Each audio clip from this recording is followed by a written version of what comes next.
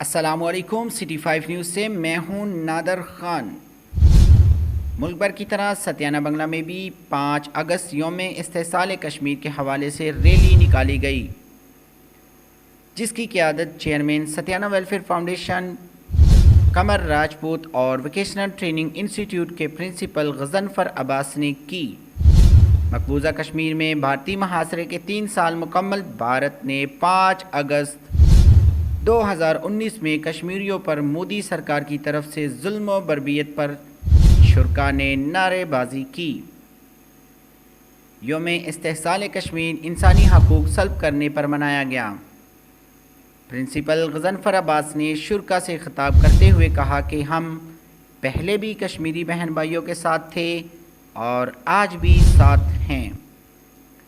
بھارت نے انسانی حقوق کی خلاف ورزی کی۔ بھارت عالمی قوانین کی خلاف ورزیوں سے خطے کا استحکام تباہ کر رہا ہے۔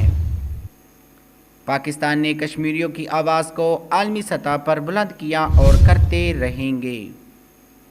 ظلم و جبر کے باوجود کشمیریوں کی حق خود ارادیت کے لیے جد و جہد غیر متزلزل ہیں اور مقبوضہ کشمیر کی خصوصی حیثیت ختم کرنے کے 3 سال ہو گئے۔ بھارت جد و جہد آزادی کو دبانے میں ناکامیاب ہوا اور نہ ہوگا۔ مزید خبروں کے لیے دیکھتے رہیے سٹی 5 نیوز HD۔